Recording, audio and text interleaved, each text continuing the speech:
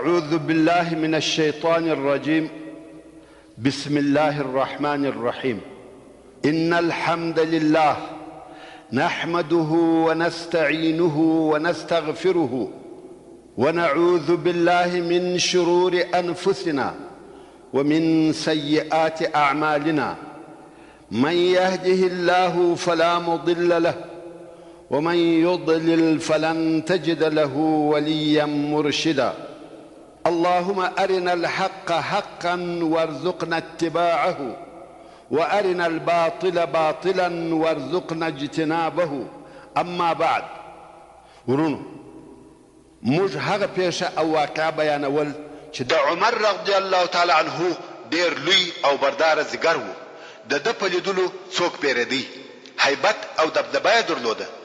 دغه جبار عمر دروازه ورپورې وهل، خور یې وبېرېده. ژر یې خباب رضی الله تعالی عنه په پستو کې پټ کړي.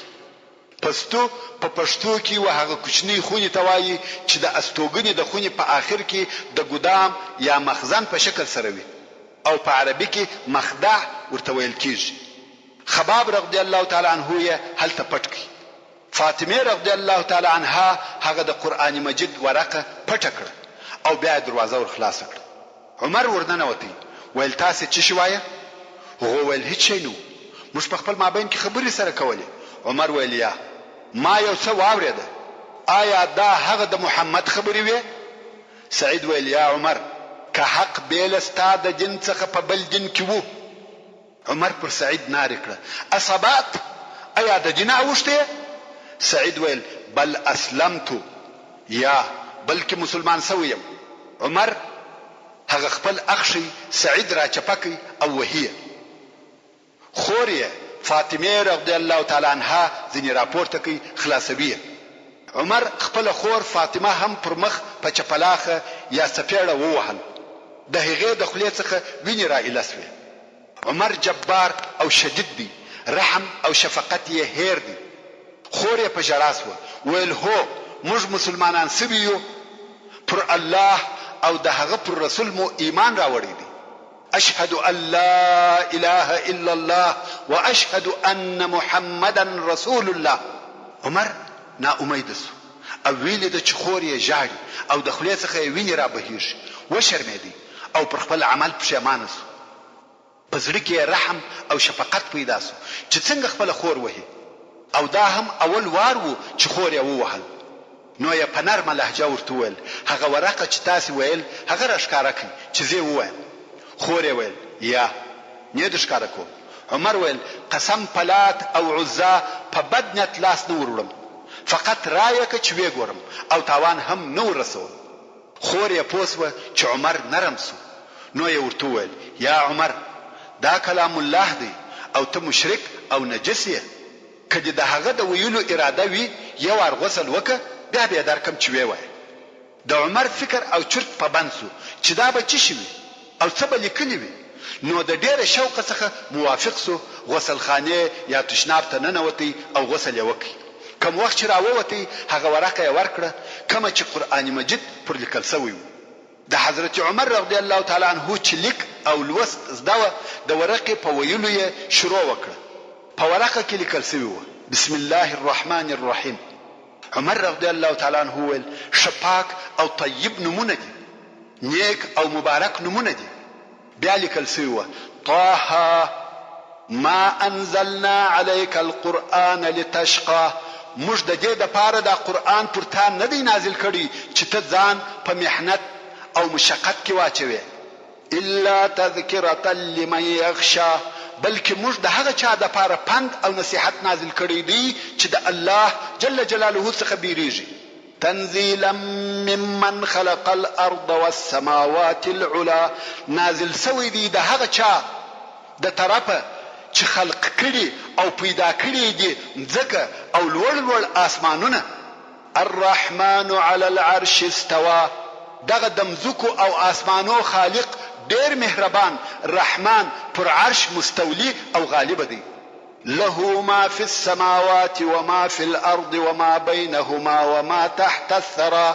خاص دلر دی، یوازې دی مالک دی د هغه شیانو چې په اسمانو کې دي او د هغه شیانو چې په مځکه کې دي او د هغه شیانو چې د مځکې او اسمانو په مابین کې دي او هغه شیان چې تر مځکه لاندې دي دغه ټول موجودات په خلقولو په ملکیت په فرمانبرداري کې یوازې د جل جلاله دي بل هیڅوک نه دی ورسره شریک وان تجهر بالقول فانه يعلم السر واخفى او که په خبرو یا ذکر کولو سره جهر په زوروالی کوي دې ته ضرورت نشته ځکه چې بشک دغه الله خبر او عالم دی په پټه خبره او تر هغه هم په پټه چې د زړه حال دی الله عز وجل ته په زور خبري قرار خبري پټ د زړه حال ټول یو شی دی پر ټول حالاتو عالم او خبر دی الله لا اله الا هو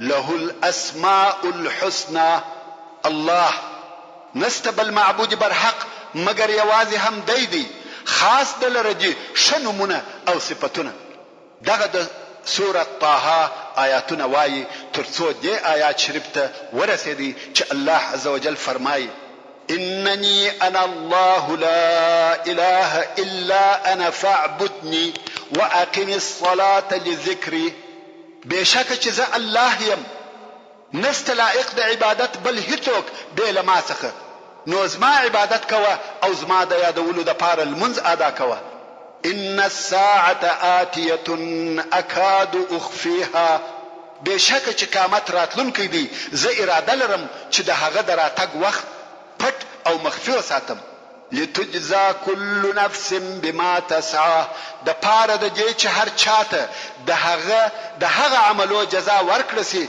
چې دوی یې کوي داسې آیاتونه دي چې ټول د الله عز وجل او د قیامت په باره کې خبرې کوي حضرت عمر رضی الله تعالی عنه د دې آیاتو په تلاوت سره نرم سو د کلام الله تر تاثیر لاندې راغلی د مسلمانېدو اراده یې سوه نو یې وویل دا څونه ښه او مکرم کلام دی محمد راوښوي چې ورسم خباب ابن الارت رضی الله تعالی عنه خو پټو دا خبرې اوري دلته چې عمر رضی الله تعالی عنه دا خبره وکړه خباب ابن الارت را وغورځېدی ویل زیری در کوم یا عمر زدا ارزو لرم چې د رسول الله صلی الله علیه و آله وسلم د جمعې د شپې دعا ستاده پارسي هغه چې وی فرمایل الهي اسلام په عمر ابن الخطاب یا ابو جهل ابن هشام معززه کې او درځه رسول الله صلی الله علیه و آله وسلم بزدر وشه نو یا عمر رضی الله تعالی عنه د ارقم ابن ابي الارقم وکور تر راهکی هغه کور چې د مسلمانانو د اجتماع او تعلیم ځای وو کوم وخت چې د ارقم کور ته راورسېده د عمر رضی الله تعالی عنه سره تر اوسه هغه تور ورسره ده او د جنگ د پاره آماده معلومیږي او هلته بیا هغه نعیم ورسول الله صلی الله علیه و آله وسلم ته خبر وروړی وو چې عمر ستاده وجلو پنځت را رهیدي واصحاب کرامو ته ټول اخبار داسې رسیدلي دي چې عمر را رهیدي او غواړي چې رسول الله صلی الله علیه و آله وسلم ووجني په هغه نور قصه چې د فاطمه رضی الله تعالی عنها په کور کې پیښ شوه نه دي خبر نو خود اصحاب کرام دلته د جنگ د پاره تیار او آماده دي کوم وخت چې عمر رضی الله تعالی عنه د ارقم ابن ابي الارقم وکور ته راورسېدی او د کور دروازه یې وټکول یو د اصحاب کرام څخه ولار سو د دروازې تر چا کې وکتل ویل د چې عمر تر پلاس ولار دی رسول الله صلی الله علیه و آله وسلم چې د نن په خونه کې وو هغه ته حال وایي او دلته اصحاب کرام د سرای په میداني کې سره راټول دي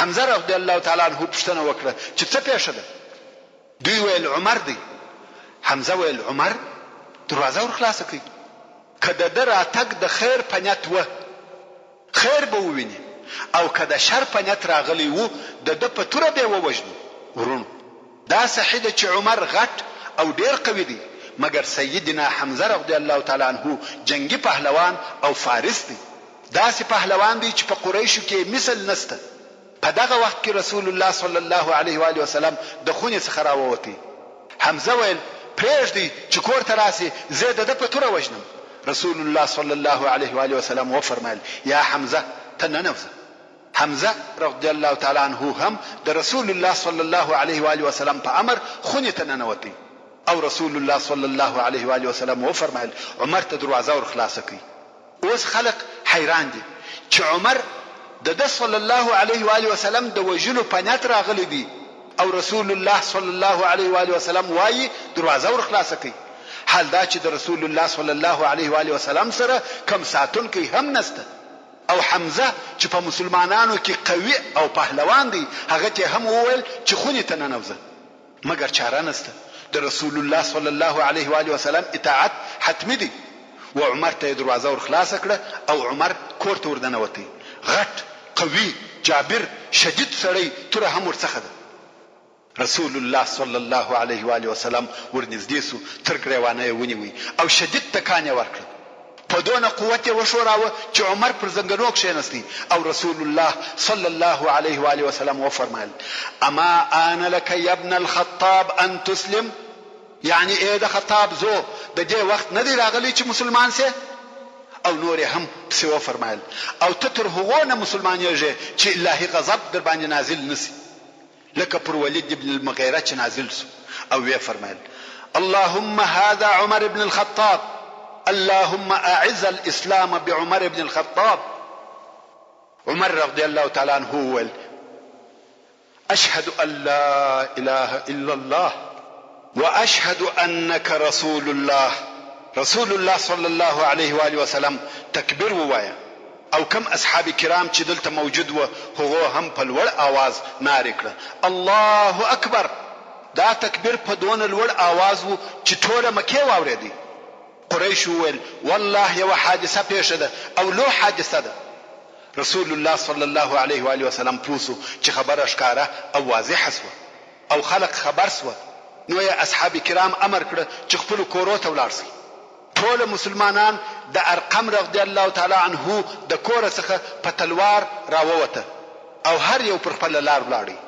عمر رضی الله تعالی عنه وایي کوم وخت چې ما اسلام راوړي د ځان سره فکر وکړي چې د اهل مکه څخه څوک د رسول الله صلی الله علیه و آله وسلم سره ډیر عداوت لري خپل زړه راتول چې ابو جهل. نو ورغلم او د ابو جهل دروازه مې ور وټکول. ابو جهل راووتی ویل اهلا وسهلا مرحبا بابن اخي. اول څنګه راغلی؟ ما ویل چې خبر دې کوم چې ما پر الله او د هغه پر رسول محمد صلی الله علیه و آله وسلم ایمان راوړي او ټول هغه شیان منم چې محمد صلی الله علیه و آله وسلم راوړي دي. ابو جهل دروازه په زور بند کړه او ویل تبا لك تالر دی هلاکت وي زما دي ټول ورځ را خراب کړه. پښنه سهار دي دا زیری را باندې وکي دا څه خبر و چې تا ما ته راوړي. ورونو تاسو پوهیږئ چې عمر د همت او مړانې د قصد او عزم خاوند و. د اسلام و مشرکینو ته ذلت او سپکاوی و او مسلمانانو ته عزت شرف او خوشحالي و. عمر رضی الله تعالی عنه وایي کم وخت چې به یو څوک مسلمان سو کفار به پر وګرځیده وهل او ټکول به ورکول. نو زه چې مسلمان سوم زما و ماما ته ورغلم چې عاصی ابن هاشم و او په خپل اسلام خبر کړي. هغه په کور ننوتی او دروازه راته وتړل او بیا د قریشو یو بل لوی سړی ته ورغلم چې شاید دغه ابو جهل وي. هغه مې هم په اسلام خبر کړي هغه هم دروازه راته بند کړه او په کور ننوتی. بیا عمر رضی الله تعالی عنه پوښتنه وکړه چې څوک سر او پټ راز نه ساتي خبر ژر نشروي او هر ځای بیانوي. عمر رضی الله تعالی عنه غواړي چې د اسلام خبر ژر نشر شي او ټول قریش په خبر شي. خلق ورته ویل د خبر د نشرولو د پاره تر جمیل ابن معمر بل مناسب څوک نسته. نن خبر ورته وایه په دغه ورځ د مکه ټول شهر در خبروي. د هغه وخت بي بي سي عمر رضی الله تعالی عنه د جمیل پر طرف ورهیسو. دغه قصې روایت عبد الله ابن عمر رضی الله تعالی عنه کوي. هغه وایي زه په خپل پلار پسې وم چې پلار مې و جمیل ابن معمر ته ورغلی.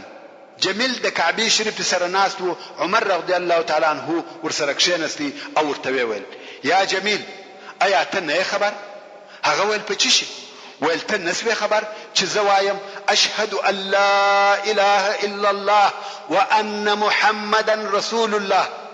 عبد الله ابن عمر رضی الله تعالی عنه وایي والله زما پلار ته هیڅ جواب ورنکړي او نه پوښتنه ځنې وکړه چې کله یا څنګه. بس ولاړ سو او نار یې کړه یا معشر القریش عمر دین پرېښاوه عمر رضی الله تعالی عنہ تر شا په پسې دی او وایي دوی درواغ وایي بلکې زه مسلمان سوم اشهد ان لا اله الا الله واشهد ان محمدا رسول الله. عمر رضی الله تعالی عنہ خپل اسلام د ټولو قریشو په حضور ښکارا کړ. قریشو د حضرت عمر رضی الله تعالی عنہ په وهلو شروع وکړه. دوی وهي او دوی وهي. دی وهلو د ماپښین څخه تر ماښامه دوام درلودي. خو په اخر کې عمر رضی الله تعالی عنہ ستړی شو. قریش ډیر دي، ځینې ځان هوسا کوي او ځینې وهل کوي. خو عمر رضی الله تعالی عنہ یوازې دي او پرله پسې وهل کوي. قریش یو ندی پر عمر رضی الله تعالی عنہ د هر طرفه وارونه کیږي او وهل کیږي. عمر رضی الله تعالی عنہ پوسو چې نور نسم جنگیدلای، نو یې په دوی کې وکتل هغه د دوی شریف او معتبر چې عتبه ابن ربيعه هغه ونیوي، پرمځکه غزار کوي او د هغه پر زګر کښینستی. نور قریش دی وهي، خدای د عتبه پر زګر ناس دی او دوی ګوتې د هغه پر سترګو ورېشي دي او موږي او ورتوای دغه خلق را څخه لري کوي او کدي سترګې در وچاودم. عتبه ناری کړه چې ځینې لري سي پرېږدي والله رندوي می. قریش هم لري سو. عمر رضی الله تعالی عنہ یې پرېښاوه، ده هم عتبه الک. قریش بیا حمله پر وکړه. عمر رضی الله تعالی عنہ بیا عتبه ونیوي. عتبه بیا ناری کړه. دوی په دغه حال کې ونیسه الک څو عاص ابن وائل د عمرو ابن العاص رضی الله تعالی عنہ پلار چې د قریشو د لوی مشرانو څخه راغلی. ویل څه قصه ده؟ حال ورته وویل سو. هغه په هدي چې عمر شدید او د عزم خاوند دی او کدا مسأله اوږده سي په خپل د قریشو په مابین کې فتنه جوړیږي. نو ویل یو سړی د خپل ځان د پاره یو دین اختیار کړي پرېږدي. نور قریشو هم دای پرېښاو. عمر رضی الله تعالی عنہ خپل کور ته ولاړ. امام بخاری د عبد الله ابن عمر رضی الله تعالی عنہ څخه روایت کوي، وایي کوم وخت چې عمر رضی الله تعالی عنہ په کور کې وو دا بیر ورسره و چې قریش به کور ته پسې راسي. په دغه وخت کې عاص ابن وائل السهمي ورته راغلی او دغه عمرو په جاهلیت کې زموږ د حلفاو څخه وو. او عمر رضی الله تعالی عنہ ته وویل څه درته پیښه ده؟ عمر رضی الله تعالی عنہ ویل ستا قوم دا اراده کړې ده که زه مسلمان سوم وژنم. عاص ابن وائل ویل څوک نسی در نږدې کېدلی.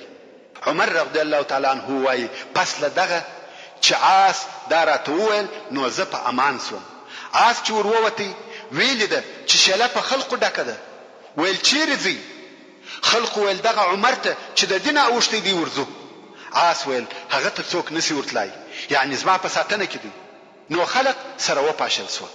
اوس نو عمر رضی الله تعالی عنہ هر ورځ د کعبه شریف سره قران مجید وایي، خو څوک د بیري نسی ورنږدې کېدلی.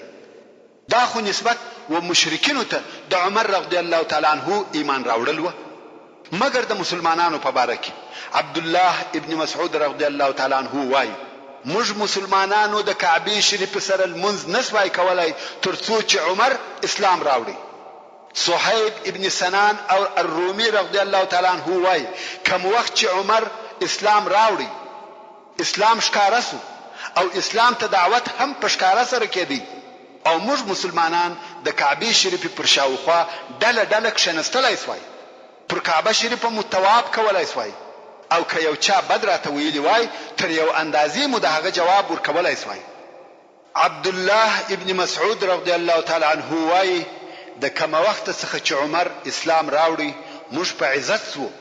د مسلمانانو په حال کې دغه ټول تغییر د هغې ورځې څخه راغلی چې عمر رضی الله تعالی عنہ د ارقم ابن ابي الارقم وکور ته ورغلی او ویل یا رسول الله ایا موږ مسلمانان کمړسو او که ژوندي پاتې سو پر حق نه یو؟ رسول الله صلی الله علیه و آله وسلم وفرمایل هو قسم می دی په هغه ذات وي چې زما د نفس اختیار د هغه په قدرت کې دی، کمړسي او که ژوندي پاتې سي تاسو پر حق یاست. عمر رضی الله تعالی عنہ ول نو موږ ولې خپل دین او اسلام پټو؟ قسم می دی په هغه ذات وي چې ته په حق سره را لېږلی یې چې موږ د باندې وروزو. رسول الله صلی الله علیه و آله وسلم هم هغه اصحاب کرام چې په دار الارقم کې موجود و د وټولو د پاره تیار او آماده کړ. مګر هو هغه حر او آزاد اصحاب چې د قریشو د ساداتو او اشرافو څخه و. مریان او هغه ضعیفه خلک یې پرېښول چې دغه نفر ټوله 40 نفره سوه. نو رسول الله صلی الله علیه و آله وسلم 2 لاینه یا 2 قطاره ځینې جوړ کړه او ټول نفر په خپل اسلحه مسلح دي. د یو قطار په مخ کې حمزه ابن عبد المطلب رضی الله تعالی عنه دی او د بل قطار په مخ کې عمر ابن الخطاب رضی الله تعالی عنه دی او د 2 قطارو په مابین کې سرور کائنات حضرت رسول الله صلی الله علیه و آله وسلم رهیدي. د دارالارقم څخه مسلح او منظم راووتل او د کعبه شریف طرف ته رهیدي. پر لار تحلیل او تکبیر وایي لا اله الا الله محمد رسول الله الله اکبر. قریش ورته ګوري او هیڅ یې په وسه ونسوه، نه آزار ورکي او نه جنگ ورسره وکي. د قریشو د ساداتو او اشرافو څخه 40 نفره مسلمانان دي. په دغه طریقه د الله عزوجل دین ښکارا او روښانه سو و اسلام ته دعوت او اسلامی عبادت د هغه پټ حالت څخه و اظهار او اعلان ته راووتی او دغه ورځ څخه د رسول الله صلی الله علیه و آله وسلم د طرفه و عمر رضی الله تعالی عنه ته د فاروق لقب ورکړ سو. اوس چې عمر رضی الله تعالی عنه اسلام ته داخل سو او دعوت ښکارا سو، د قریش ژوند ډیر ترخ سو او حیران دي چې څه وکړي. نو یې د مسلمانانو و اشد عذاب ته ملا وتړل، حتی په خپل د رسول الله صلی الله علیه و آله وسلم او د هغه اصحاب آزار شدید کی چې په قریشو کې د مقام او درجه خاوندانو. ابو جهل ورسول الله صلی الله علیه و آله وسلم ته ورغلی ویل یا محمد صلی الله علیه و آله وسلم کدی تر دې ورسته زموږ خدایان په سپکه یاد کړه، بیکاره او بے قدرت دی وبلل، موږ بیا ستا رب ته شکنځل او بدویل کوو. که څه هم قریشو الله جل جلاله پر ربوبیت سره منی او د هغه عبادت د بوتانو د عبادت سره کاوه او ویل به چې دا بوتان موږ و الله ته نږدې کوي، مګر نن ورځ د حسد او عناد په سبب دا جرأت وکړي ویل کتا بوتانو ته بد ویل موږ و الله ته بد وایو. نو په دې باره کې د الله جل جلاله دا قول نازل سو چې د سورة الانعام په 108 نمبر آیات کې فرمایي ولا تسبوا الذين يدعون من دون الله فيسبوا الله عدوا بغير علم. یعنی ای مومنانو هغه معبودانو تشکنزل مکوي چې دغه کفار د هغو عبادت کوي، نو شکنزل به وکي دوی الله ته د خپل جهالت پناه حق سره. په دغه آیات شریف سره مسلمانان د بوتانو د بدویلو څخه منع سو. که څه هم د بوتانو په بدویلو کې د اسلام مصلحت او فائدہ سته، مګر لوی ضرر هم ورسره ملګری دي چې هغه پر الله جل جلاله بدویل دي. نو مسلمانان هم د بوتانو د بدویلو څخه چپ او پټه خلاص و د پاره د دې چې هغه لو او بد ګناه بند سي چې هغه پر الله جل جلاله بدویل دي. ورون دغه 2 مشهوره او معروفه پهلوانانو او قهرمانانو حمزه ابن عبد المطلب رضی الله تعالی عنه او عمر ابن الخطاب رضی الله تعالی عنه تر ایمان او اسلام راوړلو وروسته هغه د ظلم توري پردې سریسوي او قریش د هغه خپل نشه څخه د عذاب ورکولو فرصت سو او ویني چې مسلمانان ورځ په ورځ ډیریږي. نو غواړي چې د رسول الله صلی الله علیه و آله وسلم سره د خبرو د لارې د دعوت په پریښولو کې کومې فیصله ته ورسیږي او د دې کار په مقابل کې چې رسول الله صلی الله علیه و آله وسلم هر څه وغواړي دوی ورکي. او دوی بیچارهګان په دې نه پوهېدل چې ټول هغه شیان چې لمر پر اخیږي د دعوت په مقابل کې ورسول الله صلی الله علیه و آله وسلم ته د غماشي د وزر قدر او قیمت نه لري او دوی په دغه خپل وړاندیزونو کې ناکامه او ناامیده شول. هغه داسې قریشو مشوره سره وکړه ویل اوس نو موږ ته 2 لارې پاتې دي چې د هغو څخه به یو عمل کوو. یو دا چې په خپل د محمد صلی الله علیه و آله وسلم سره بحث او بیان وکړو، قانع بکو چې دغه دعوت د کار څخه لاس واخلي. کدا نکړه قبوله نو دوهمه لار پاتې ده چې هغه مخامخ مواجهه او مقابله ده. نو ویل څوک باید د خبرو د پاره ورسي چې خبري ورسره وکړي. د قریشو یو خاص مشر یې د دې کار دپاره انتخاب کړي چې څوک وایي ولید ابن مغیره و او څوک وایي عتبه ابن ربیعه و. په هر صورت یوه ورځ قریش د خپل مجلس په ځای کې سره ناستي ویلې ده چې رسول الله صلی الله علیه و آله وسلم په مسجد کې یوازې ناست دی. ولید وویل یا معشر قریش ایا محمد ته نسم ور او اوس خبرې ورسره ونکم؟ شاید زموږ د پیشنهادو څخه یو شی قبول کړي او موږ پرېږدي. قریش ویل هو ورسه او خبرې ورسره وکړه. ولید هم ور ولاړ سو او رسول الله صلی الله علیه و آله وسلم ته کښېنستی او ویل ای وراره تا ته معلومه ده چې ته په قوم کې د لوړې مرتبې او ښه نسب خاوند یې او تا دغه خپل قوم ته داسې لوی شی راوړي چې په هغه سره دې دوی وپاشل، د دوی پر دین او الهو دې عیبونه وویل او د دوی تیر سوي پلرونه دې کافران وبلل. اوس زما څخه یو څه خبرې واوره او په هغو کې ښه فکر وکړه، شاید د هغو څخه یو څه قبول کړي. رسول الله صلی الله علیه و آله وسلم وفرمایل وایه یا ولید زه اورم. هغه ویل ای وراره که ته په دغه کار سره پیسې غواړې دونه مال او پیسې به درته راټولې کو چې تر موږ ټولو مالداره او غني سې. رسول الله صلی الله علیه و آله وسلم د کعبې شریفې سره ناست دی او غوږ ورته نیولی دی.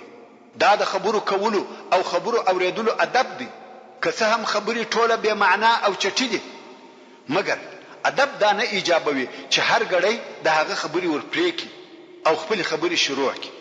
نو یې غوږ ورته نیولی دی او ولید نور هم وخپلو خبرو ته ادامه ورکړه او ویل که دې د دې کار څخه شرف، مشري او سرداري مقصد وي د مکې عمومي سردار او رئیس به دې کو، هیڅ فیصله به ستا د رایې څخه مخالفه نه کوو، او که پاچاهي غواړې زموږ پاچا به دې کو، او که دې د دې کار څخه مقصد ښځه وي هره پیغله چې ته لاس پر اږدې در په نکاح به کو، او که دغه شی وتا ته یو خیال او تصور راځي یعنی سودا او وسوسه ده او ته د ځان څخه نسې لرې کولای، طبیب به درته راوغواړو او په دې لار کې به دونه پیسې خرڅ کو تر څو چې ته جوړېږې. قریش آماده دي چې د دې په مقابل کې چې رسول الله صلی الله علیه و آله وسلم د دین او دعوت خبرې پرېږدي هر څه وکړي او وایي هر څه چې ته وایې زموږ قبول دي، پر تا ویل او پر موږ کول دي، خو د دین او دعوت خبرې پرېږده. قریش تر دغه اندازې د دعوت څخه په تکلیف و او د دعوت د نشرېدو څخه بیرېدل. رسول الله صلی الله علیه و آله وسلم غوږ ورته نیولی دی. کوم وخت چې ولید د خپلو خبرو څخه فارغ سو رسول الله صلی الله علیه و آله وسلم ورته وویل ستا خبرې خلاصې سوې؟ ولید ویل هو. رسول الله صلی الله علیه و آله وسلم ویل اوس نو ماته غوږ ونیسه. ورونو اخلاق دغه دي، تر کومه وخته چې هغه خبرې کولې دی صلی الله علیه و آله وسلم چپ او خاموش و، فقط غوږ یې نیولی. کوم وخت چې هغه د خبرو څخه فارغ سو ویل اوس نو غوږ ونیسه. هغه ویل ښه وایه. رسول الله صلی الله علیه و آله وسلم د دغه ټولو خبرو په جواب کې د سورت حامیم السجده یا سورت فصلت څو آیاته ورته وویل. په نورو خبرو یې هیڅ جواب ورنکړي، د هغه دپاره فقط قرآن مجید کافي و. نو رسول الله صلی الله علیه و آله وسلم وویل بسم الله الرحمن الرحیم حمیم تنزیل من الرحمن الرحیم كتاب فصلت آياته قرآنا عربيا لقوم يعلمون بشيرا ونذيرا فأعرض أكثرهم فهم لا يسمعون وقالوا قلوبنا في أكنة مما تدعونا إليه وفي آذاننا وقر ومن بيننا وبينك حجاب فاعمل إننا عاملون قل إنما أنا بشر مثلكم يوحى إلي أنما إلهكم إله واحد فاستقيموا إليه واستغفروه وويل للمشركين. یعنی دغه قرآن د هغه الله جل جلاله د طرفه را لېږل سوی دی چې ډېر مهربانه او ډېر رحم کوونکی دی. داسې کتاب دی چې آیاتونه په تفصیل سره بیان سوي دي. قرآن دی چې په عربي ژبه لوستل سوی دی د هغه قوم دپاره چې پوهیږي. مؤمنانو ته په جنت سره زیری ورکوونکی دی او کفارو ته د دوزخ څخه بیرونکی دی.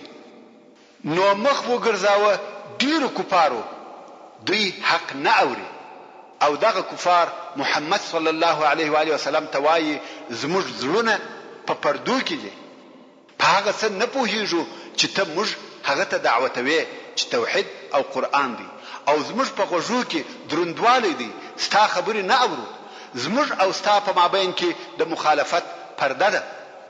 نو ته په خپل دین عمل کوه او موږ په خپل دین عمل کوونکي یو. دغه آیاتونه ورته تلاوتول تر څو چې د الله عز وجل دې قول ته ورسېدی: فإن أعرضوا فقل أنذرتكم صاعقة مثل صاعقة عاد وثمود.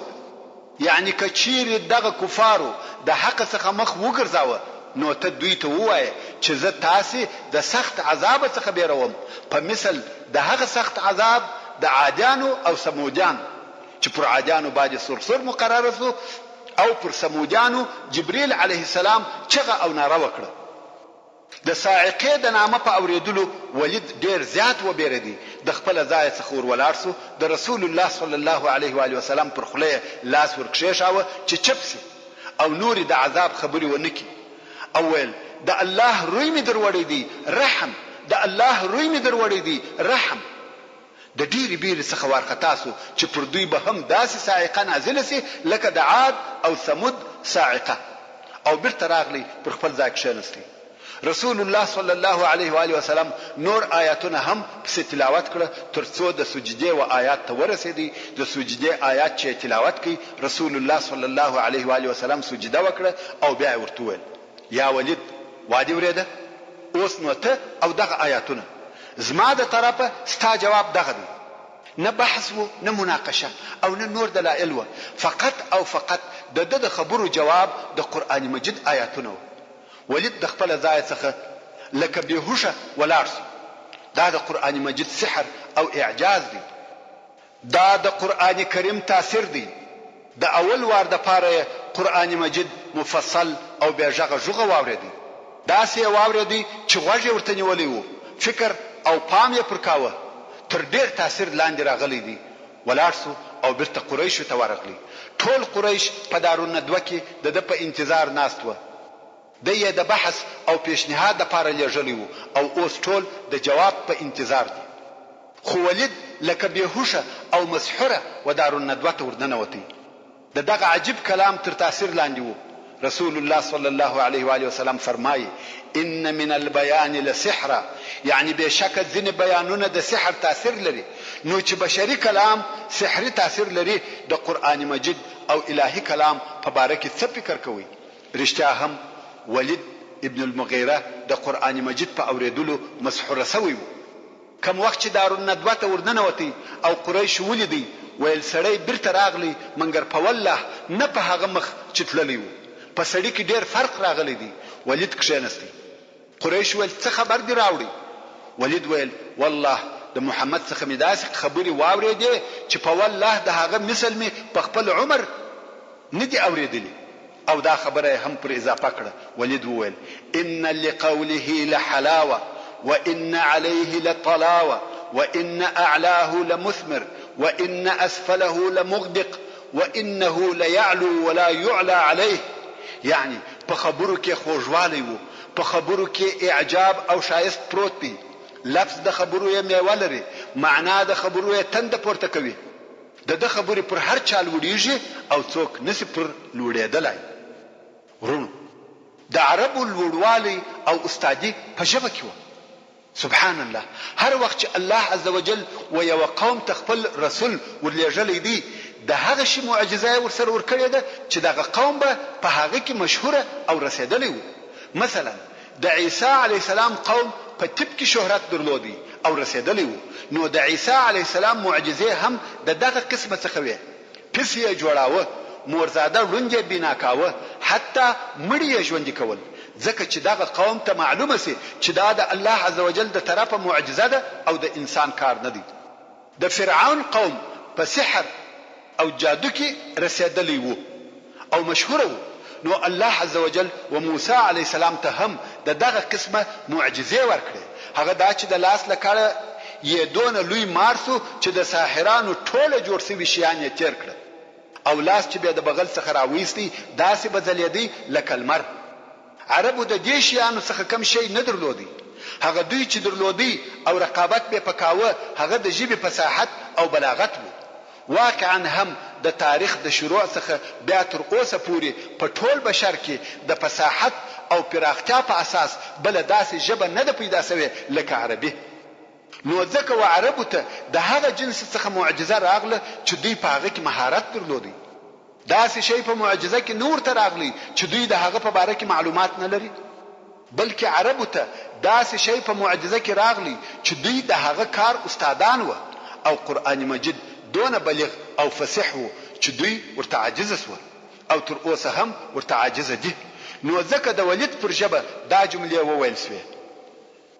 قریش ورته وویل یا ولید تا خپل دین پریښاوه؟ اصبعت یا ولید، یعنی د دین واوښتې؟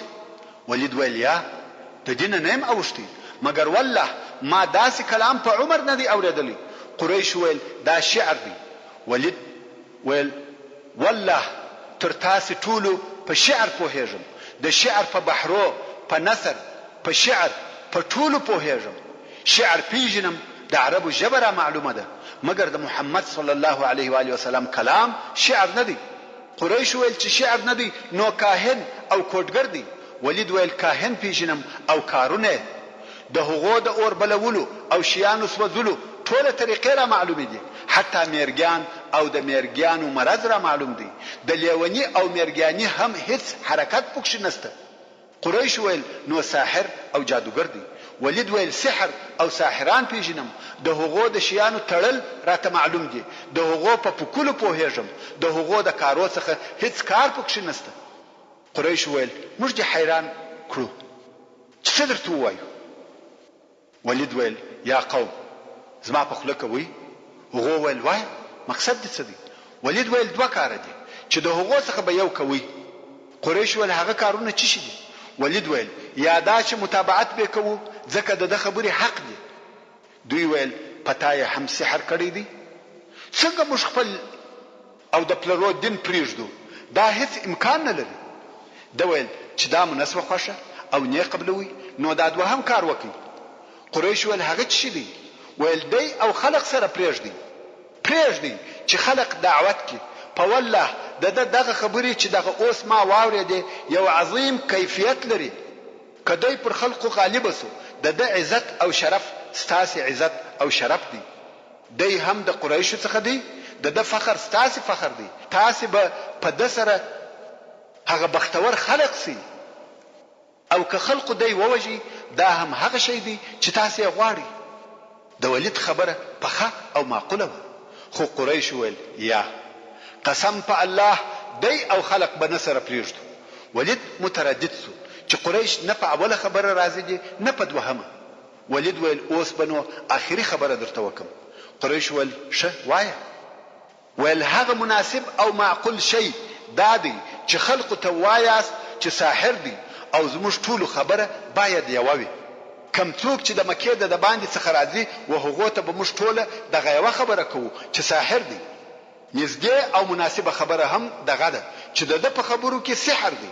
د سحر په واسطه قوم سره جلا کوي، ښځه او خاوند سره جلا کوي، پلار او زوی سره جلا کوي. سبحان الله. شیطان یې لار ووهل. اوس لږ وخت د مخه د کوشش کاوه چې قوم ته سمه لار وروښي، مګر دی په خپله واوښتی او رسول الله صلی الله علیه و آله وسلم ته په بد ویلو شروع وکړه. نو دغه ولید په باره کې د سورة المدثر دغه آیاتونه نازل شوه چې رب عز وجل فرمایي ذرني ومن خلقت وحيدا وجعلت له مالا ممدودا وبنين شهودا ومهدت له تمهيدا ثم يطمع أن أزيد كلا إنه كان لآياتنا عنيدا سأرهقه صعودا إنه فكر وقدر فقتل كيف قدر ثم قتل كيف قدر ثم نظر ثم عبس وبسر ثم أدبر واستكبر فقال إن هذا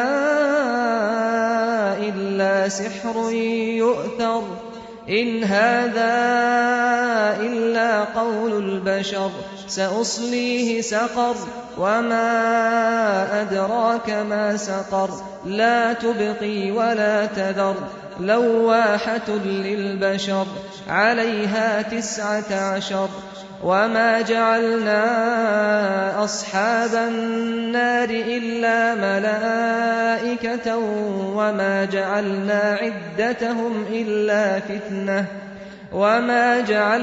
عدتهم إلا فتنة للذين كفروا. اوس باید دغه تلاوت شوي آیاتو مختصره ترجمه درته وړاندې کړم. ذرني ومن خلقت وحیدا. الله عز وجل وایي ما او هغه څوک چې یوازې مې پیدا کړی دي سره پرېږده. د یوازې څخه مقصد دا دی چې هر سړی د مور د نس څخه بې ماله بې اولاده یوازې راوځي، فوج لشکر او نور شیان د ځان سره نه راوړي، او یا د یوازې مقصد خاص دغه ولید ابن مغیره دی ځکه دی د پلار یو زوی وجعلت له مالا ممدودا، او بیا مې وده ته ډیر زیات مال ورکړي، وبنین شهودا، او زامن مې ورکړه چې د ده سره به په هر مجلس کې حاضر و. ولید د ډیر مال خاوند او د 10 زامنو پلار و چې دغه زامن به همیشه د ده په مجلس کې حاضر و. ومهدت له تمهیدا، تیار او آماده مې کړه دلره په تیارولو سره، یعنی دلره مې په دنیا کې د عزت او مشرتوب ټول شیان آماده کړي و. ثم يطمع ان ازيد، او بیا طمع او امید کوي چې نور به هم ور زیات کم. کلا انه کان لآیاتنا عنیدا، هیڅ کله داسې نه کوم چې مال نفر او نعمتونه دې نور هم ور ډیر کم، بېشکه چې هغه زموږ آیاتو لره مخالف او عناد کوونکی و. سأرهقه صعودا، ژر ده چې د اور پر لوړ غره به وخېجو. صعود په دوزخ کې د یو غره نوم دی چې همیشه کافران ورخېجول کیږي، بیا د هغه غره د سره څخه کښته رالغړول کیږي چې دا هم د کفارو دپاره یو قسم عذاب دی. انه فکر وقدر، بېشکه هغه فکر وکړي چې پر قرآن څنګه طعن یا عیب ووایم، او په خپل زړه کې خبره جوړه کړه چې ووایي چې قرآن کریم سحر دی. فقتل کیف قدر، پس هلاک سو، ملعون کړه سو، څنګه یې دا خبره جوړه کړه. ثم قتل کیف قدر، بیا دی هلاک او ملعون سي، خراب او برباد سي، څنګه یې دا خبره جوړه کړه چې قرآن سحر دی. ثم نظر، بیا یې محمد یا قرآن ته وکتل. ثم عبس وبسر، بیا یې مخ تریو او تندی یې غوټه کړي. ثم ادبر واستكبر، بیا یې محمد صلی الله علیه و آله وسلم ته شاکړه او د اسلام څخه سرغړونه وکړه. فقال ان هذا سحر يؤثر، نو ویل ندی دا قرآن مگر سحر دی چې د نورو ساحرانو څخه را نقل شوی دی. ان هذا الا قول البشر، او ندی دا قرآن مگر قول د بشر.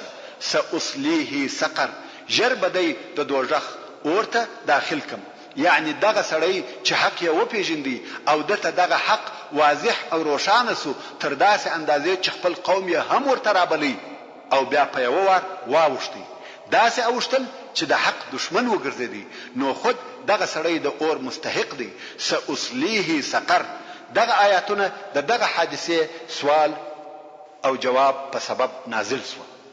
امام طبری او ابن کثیر او نور سیرت پوهان روایت کوي چې دوهم وار بیا د قریشو مشران چې په هغو کې ولید ابن مغیره، عاص ابن وائل هم و رسول الله صلی الله علیه و آله وسلم ته ورغله، او دا وار یې بیا پر عرض کړه چې دونه مال به درکو چې په موږ ټولو کې ته غني سې، او زموږ د پیغلانو څخه به هغه تر ټولو ښایسته پیغله در په نکاح کو.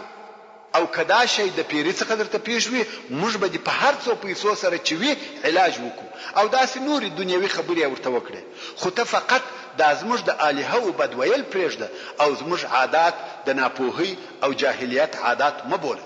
رسول الله صلی الله علیه و آله وسلم وفرمایل زه د دغو شیانو د پاره نه یم رالیږل سوی چې دا تاسې یې راباندې عرضوي چې په هغه سره دې زه ستاسې مالونه وغواړم یا دې په تاسې کې شرف وغواړم یا دې پر تاسې پاچهي وغواړم مګر الله عز وجل زه و تاسې ته رسول رالیږلی یم او پر ما یې کتاب نازل کړی دی او زه امر کړی یم چې و تاسې ته بشیر او نذیر سم.